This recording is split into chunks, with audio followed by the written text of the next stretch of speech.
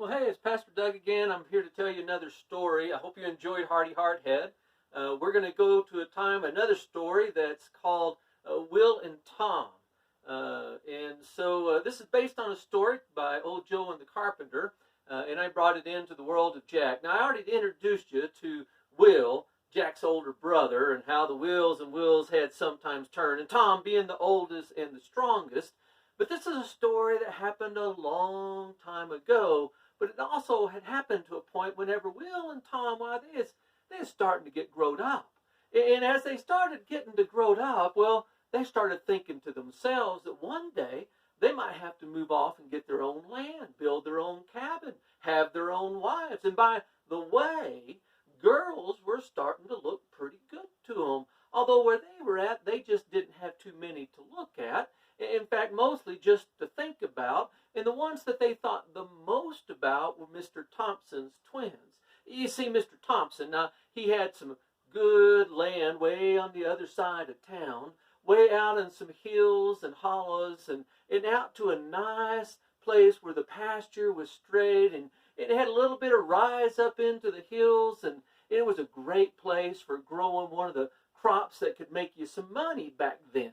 Now, and I know this is probably not a good kind of crop, but he had a tobacco crop, and it made him a lot of money. So he was always plowing and planting and harvesting and drying out in his barns. And while Mr. Thompson, he got to be a pretty wealthy guy, but the problem was Mr. Thompson was starting to get, well, a little bit older. And you know what happens whenever someone starts to get a little bit older, don't you? They start to get a little bit slower. They just can't work like they used to work. And Mr. Thompson was just having a time of it, and not only was he getting slower about doing his work, he started getting a little fearful about his own life. He started worrying about his two girls, and so he just started mulling to himself. He says, I need to get these girls out there where they can meet some fellas. In fact, I don't want them to meet just any old fella. I want them to meet the best sort of fella. And so Mr. Thompson decided that he was going to throw himself a great big old party right there in one of his great big old barns. He's going to invite all the fellas around to come in, and that way they'd get to meet his daughters, but more importantly, he'd get to meet them. And not only would he get to meet them, he'd get to evaluate them and determine whether they'd be the sort of fellas that he might want to have take over his farm, because they knew that's exactly what would happen. And there are those fellas that would be in it just to take over things and not really care about his daughters, and why he wanted that too. Well, word got around and everybody heard about it. And sure enough, by the crackle of the fire one night, whenever Will and Tom and Jack and his mama were all talking about the things that were going on in their neck of the woods, why, they brought up this party that Mr. Thompson was having on. Now, Will started having the wheels in his head turn like sometimes they do, and he started thinking to himself, why, that sure would be good. Why, that would be a great place to get started on for myself. Well, Tom was thinking the same thing, and since there was two girls and two boys, why, they started thinking this was a match made in heaven. But little did they know that there was lots of fellas around there that were thinking the very same thing. Well, they knew that they didn't really have no chance. They knew that if they were going to have this big party and all of those fellas showed up, they weren't the strongest and smartest and most handsome of fellas, and they knew that they didn't have the best of chances. But that's when the wheels and Will's heads was turning whenever his mama said, oh, you know, Mr. Thompson's going to need some help around his place to get ready for such a thing. You boys ought to go down there and see if he needs to have a little help. Oh, that got them boys to thinking, and sure enough, they got up early the next morning. They made themselves way into town and out on the other side, out to Mr. Thompson's fields, got through his fields and got to his house, and Mr. Thompson answered the door and said, what do you fellows want around here? And they said, well, we heard about that party you're going to have, and we were just thinking that perhaps you might like some help. Why, Mr. Thompson knew himself that he had a good couple of boys that would do just about anything he wanted. He knew their motives the minute they stood up there, that they weren't really wanting to help. They was just trying to get in early so they could meet his daughter. Well, he just took them girls back up in the room and wouldn't let them come out. But he invited them boys on in, and he and his missus got to talking with them. They got to filling out what kinds of things they could do. And then Mr. Thompson started envisioning what he wanted for his barn. Why, he wanted to have a floor for dancing in it. He wanted to move out some of the stalls and muck it all out so there'd be a place for people to sit around the edges. He wanted a little raised bit of a platform for a band to be chiming and playing and getting on with so that they could be clogging or whatever it was they might be doing down there. So that's exactly what they decided to do. Why, they got there, and sure enough, Will and Tom started into working. Now, they was good boys, and they was hard workers, and so they just worked on in through the day, doing everything they could, and at the end of the day, they went on home.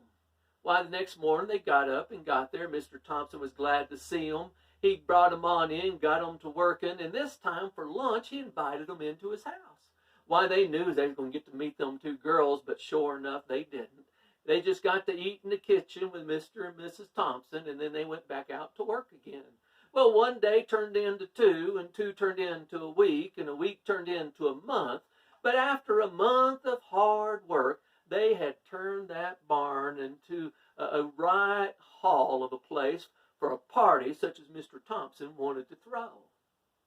Why, everybody showed up. Fellas from all over the place came.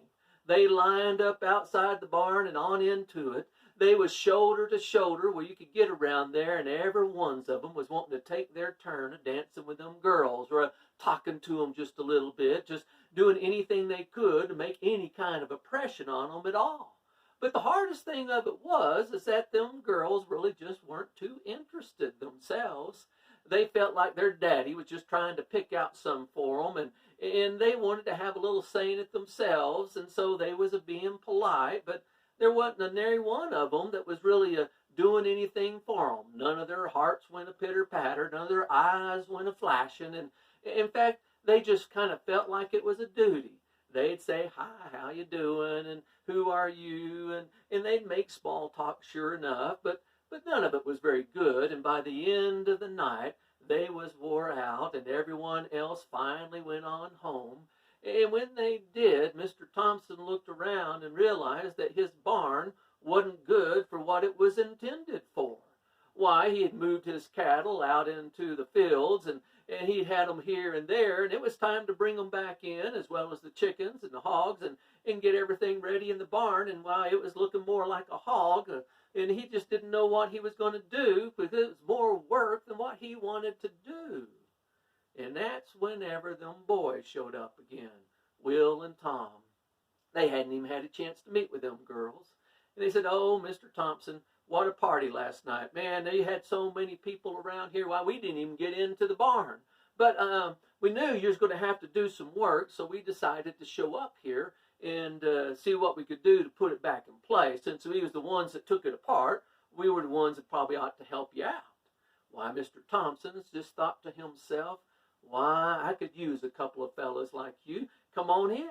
Why, them boys got to working, and sure enough, they took apart all the things they'd put together. They rebuilt the stalls. They brought in the hay. They made it even better than Mr. Thompson had it set up, because, why, they'd been working at their own place, and they knew exactly how a working farm ought to look. And so they made it just as good as if they were going to live there themselves. And sure enough, Mr. Thompson was mighty pleased. Why, one day, sure enough, turned into two, and two into a week, and a week into a month, and then pretty soon them boys had been coming back, checking in on Mr. Thompson, see if he needed any work around there since he was getting so old. And Mr. Thompson kept bringing them in. Why, he had wood for them to chop, or he had fields for them to harvest out, or he had all kinds of things for them to be working on, since he just wasn't able to do it himself. And why, he just didn't like hiring in other folks to get out there. He just kind of liked working, but he just couldn't do it. And Will and Tom did their own work at home, and then they'd show up a day or two a week or ever so often, and those weeks did turn into months, and those months turned into years, and those years got to growing on to the point that it finally dawned on Mr. Thompson that it was about time to, about time to get things done. And so he looked at them two boys, and he decided to let them boys get along with them girls, but he didn't know they'd been meeting with each other on and off, seeing each other through a door or a window or passing a note, looking at each other and dreaming about each other, and sure enough, they got to liking on one another. And their like turned into love, and their love turned into a relationship, and that's whenever Mr. Thompson let his girls choose the boys that they wanted. And they chose Will and Tom, and sure enough, they had a great big old double wedding, and things were going really well. And Mr. Thompson decided for the wedding present, he'd just divide his property in half. He had a cabin built up on one hill and another one up on another hill, kind of sloped down together, and he just decided those boys could do with their fields whatever they wanted to. And they wanted different things. Why, Tom looked at his field, and he knowed how good it was for Mr. Thompson growing tobacco like it was, and so he planted it in deep, and he planted tobacco, and he worked hard, and he was getting ready to have his crops, but Will, well, you know, he always worked inside the barn at home and worked with the animals, and so wasn't much of a farmer to say, and so the wheels in Will's head began to turn like sometimes they do, and he got to thinking that what he ought to do was, why, he ought to raise hogs, and not just any old hog. He ought to go around and get the very best hogs anywhere and just put them there and raise them and sell off stock, and why, he could have a good living raising hogs. Why, that's it got him to thinking, and he could just imagine it, where everybody would be saying, oh, isn't that wonderful? Oh, isn't that good? Oh, have you gone up there to Will's? It's just like hog heaven. Well, it's the most beautiful place, and those hogs are the best. You don't want hogs from anywhere else. You want to get them from Will. Why, he thought to himself, this would be the best thing in the world. And those brothers always talked to each other, and their wives always got to reminiscing with each other, and life was going along pretty well. Well, life was going along pretty well until Will finally got one of these great, big, beautiful hogs. And he got the best ones. He got a couple of them so he could start a brood, and as he started getting them together, why, that one prize hog, why, it got to sniffing whenever the tobacco was getting to being chopped over in the field. And I don't know if you know this yet, but tobacco has a strong power on man and beast. Why, you get to smelling it, and then you get to chewing it, and then you just want it more and more and more. Well, that's exactly what happened to this poor old hog. Why, that hog got to smelling it.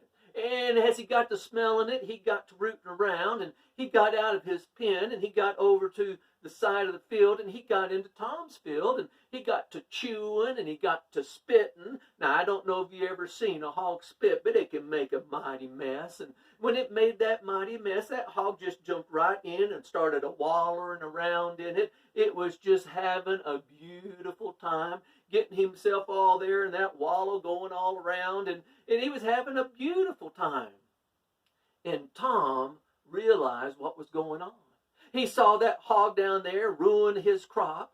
It was tearing things up, and he was fuming mad about it. He went down there and got a rope on that hog and yanked it this way and that way, and finally got it leading. He had to poke it with a stick. He had to get all kinds of things to finally get it back over into Will's property. He tied it up down there in that wallow of a pen that his brother had, and then he went up to his house and said, hey, Will, I know you didn't mean it or anything this time, but your hog, you see, it got out, and it got into my property, and it got to chewing up on some of my tobacco, and it ruined a whole little section of it, and now that I can have any money off of that, and I just want to let you know that you need to keep your hog on your side of your property. Why, Will said, oh, I am so sorry. I am so sorry, Tom. I had no idea that was going on. And I'll go down there right now, and I'll make sure that whatever that hog has done is taken care of. Will even went over on his side of the property, and he cleaned up the mess that his hog has made, and he mended the little bit of fence that it had got down to go in there, and he went to working on that pen. He'd brought in big old boulders, and he wired his fence up good and tight, and he made it a little bit taller and a little bit stronger, and he thought things were good. But man, the taste of that old tobacco on that hog, he got to smelling, and he got to thinking, and his mouth got to water, and he just wanted that tobacco more and more. Why, he just started moving himself around and rooting around and being the biggest and strongest hog that there was around there. He got himself out of that pen, got over to Mr. Tom's field, and he got to eating and a chewing and a spitting and a rolling and just having a lovely time out there in that tobacco. And Tom saw that, and he couldn't believe it.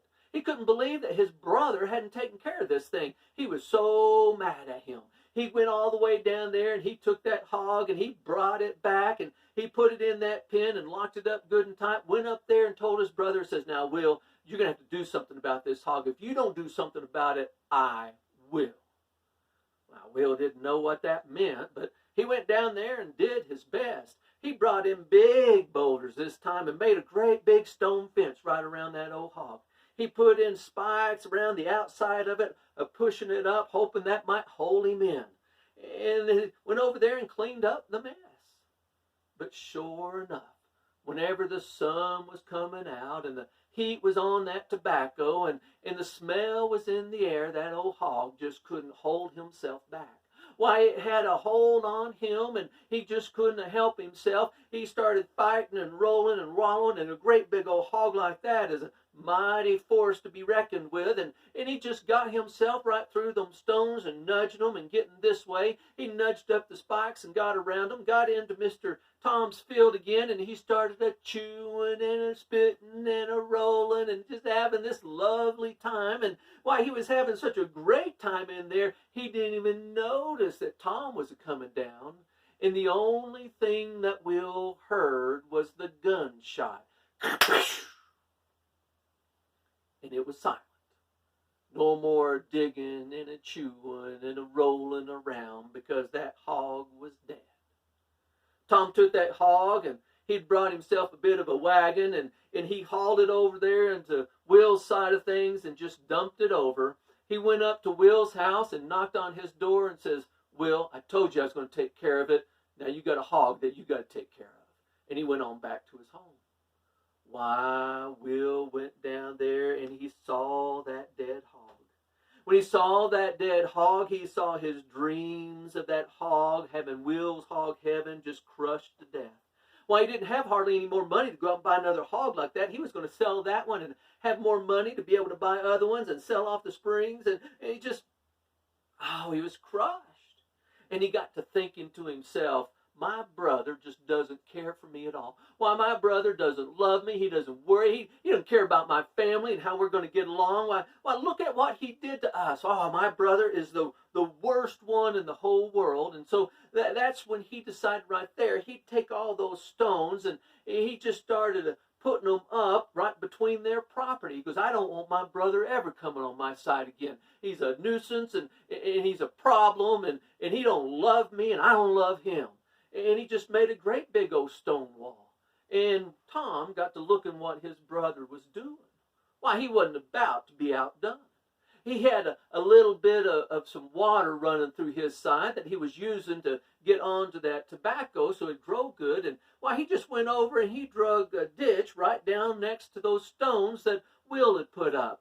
And it made a bit of a moat-like kind of a thing, and he just started flooding it with water when he wasn't using it on his field, and made a stream bed right out of it. And now there was a wall, and now there was a stream, and there was no going back and forth. And every morning, Tom would just get up in the morning, sit in his place with his cup of coffee, look across that field right over there to where the house was that his brother and his wife lived in, and just fume. Fume about how he didn't care about him and didn't worry about his crops and let his animal get in there and how he had to take care of it. And now he was mad. Why, he was just furious about the whole thing.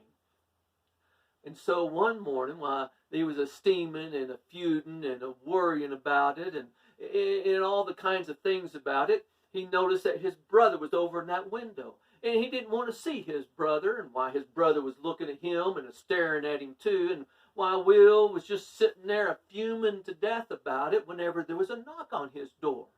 Why, he went out to see who it was, and there was this old man passing through.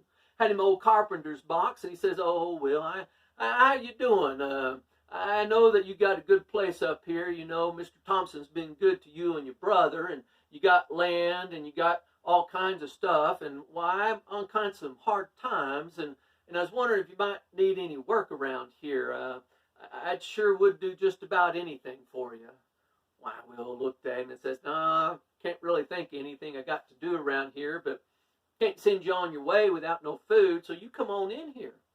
Why, he got him on in there. They sat down, and he started eating and talking and sharing with him. And then, as one would, he got to talking about his brother and what his brother had done to him, how he killed his hog, and what a horrible guy was. Now they look out their windows and see each other. And why, he finally got him some money. He's about ready to go get him some more hogs, but he was wanting to advertise a little bit. He was thinking about putting up a great big old billboard. He could just envision it. Will's Hog Heaven. Best hogs in the whole world right here. And he just imagined how wonderful that would be. And while that old man was there, he goes, "I think I do got something for you to do. Well, I got an old barn back over here that was made for tobacco when Mr. Thompson used to use it. Well, I don't ever do tobacco, and I'm certainly not going to let my brother use it. And so you could take that wood and you could build me a great big old billboard. While you're doing that, I'm going to go on into town and I'm going to get me some paint. And when I get back here, I'm going to paint it and say Will's Hog Heaven. And I want it right in between our places. So when I look out, I can see that beautiful sign and I won't have to see my brother. You think you can handle that?" Well, old man said, "I think I can handle that." He took his tools and he went on down to that barn. He started taking off lumber here and there. It wasn't too hard. It was a dilapidated old thing. And so he got to working, and whenever Will thought he was really going good, he got himself and went on into town. Why, he got there and he started to sharing with all the people around his plans to have the best place in the whole area where anybody could come and find the best hogs, and how he was going to have a sign that was being built that very day. And he got him some paint, and by the end of the day, because he just stayed around, didn't want to get in that fella's work or anything, and started making his way up at the end of the day. Plenty of time to build a big old sign. And so as he was getting closer, he thought he'd be able to see it. But he couldn't see nothing. He got a little closer, still couldn't see nothing. Closer and closer, nothing and nothing. And the closer he got, the more angry he got. He started thinking, "Why, that old bum, he didn't have anything to do what I wanted him to do. He probably just worked till I was out of sight." Got out of there and didn't know, "Oh, gosh, I should just, I have to do things for myself is what I have to do." And he got closer and there still wasn't anything. He was getting madder and angrier. And by the time he got to his porch, he just slammed all that paint down and went around the outside. And when he went around to the back of the side to where that old man was supposed to build a sign, he realized that old man hadn't built a sign at all. What he did instead was take that wood and had built a bridge. He built a bridge right up over that stone wall, right over the moat, and right down on the other side. And there, standing on the middle of Will's bridge, was his brother Tom. And the only thing that could go through Will's head was to go knock him off. He had no business being on his bridge. Why, that was he couldn't believe himself. He went storming down there, and he got up on that bridge and got all the way up there. He was about ready to push his brothers off when, Tom was just standing there with his arms open wide and tears in his eyes saying, "Oh, Will, I can't believe you did it. I was always a fuming and angry with you and thinking you didn't care about me and I didn't care about you. And I was thinking of ways where I could never have to see you again. And here you are building a bridge. Why, I knew when I saw that bridge being built that you was wanting to have me come up here and I just wanted to get together. Boy, I miss you, and I miss your wife, and my wife misses your wife, and we just need to get together. And I tell you, I am so sorry. I was angry about that whole tobacco thing, but that, it was just a little bit of the field. It really don't matter that much, and I'll even help you out to go get the new and best hog that you can, and I just can't believe what you did. Why, you're just so much better and a bigger man than I am. I would have let this thing go on for years and years, and here you are putting an end to it. Why, Will fell silent. He says, oh, everything you said is true except for what I wanted. Tom, to tell you the truth, I hired that guy to build a big old billboard. In fact, I told everybody in town that's what I was doing, and I had it there because I didn't ever want to see you again. And the truth is that I really did want to see you. I was just mad at you, and I didn't know how to get through that mad. Why, what you said is right. I didn't act right either. I don't know what was going on. I tried to keep that hog from getting over there, and I am so sorry that it ended up getting into your field and ruining your tobacco. And like you want to help me, I'll help you too. And they just grabbed hold of each other, and they hugged onto each other, and they decided right then and there that they was not going to let anything get in their way and in their relationship ever again. And they were going to let that bridge stand there to remind them that even when they did get mad, that they were going to be able to get back together and solve this difference between them. And that's also when Will and Tom decided that a fella like that one who built that bridge, well, he was the kind of sort that they might want around their place. They could give him all kinds of work. And so they went to looking for him, and of course he was gone, and they went going down the road that led away from town, since Will didn't see him coming up from town, and they got pretty far, and they had seen him down by the river, and he was about ready to cross that thing and get on up to the other side where he could go on somewhere else, and they was a-hollering at him because it seemed like he was sort of waiting around a little bit. And so when he got there, they said, oh man, you need to come back here. We got work for you. I mean, you can't believe the work that you did in our lives, and you got us back together by that little bridge, and we got room for a fellow like you at our place. We could use someone like you. And that old guy just looked at Will, and then he just looked at Tom and says, why, I'm glad I could help. I really, really am. But, I'd like to stay and help you boys out, but be honest, I got more bridges to build. And so you boys learn that lesson, and I'll go on to the next. Because there are lots of fellows just like you, mad just like you were, and they're just waiting for someone to build them a bridge so they can get things back together. And why, I guess that's probably what I ought to do, since, well, that's what I came to do. And he went on his way. And that's the end of that. But I tell you that story because there are lots of times that we get upset with other people.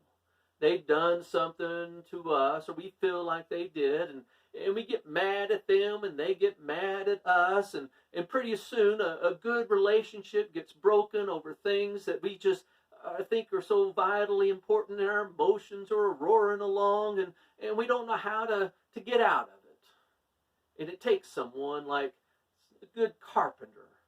And I know a good carpenter who's still building bridges today. His name's Jesus. He learned to build bridges whenever he formed them in the shape of the cross, and he got our relationship with God back together. And now he's bringing us back together between one another with that same bridge building technique that's called sacrifice. He gave his life for us, ransomed us from our sins and emotions so that we might live like him, loving one another and sharing the good news that our relationships can be restored. And that's the end of that.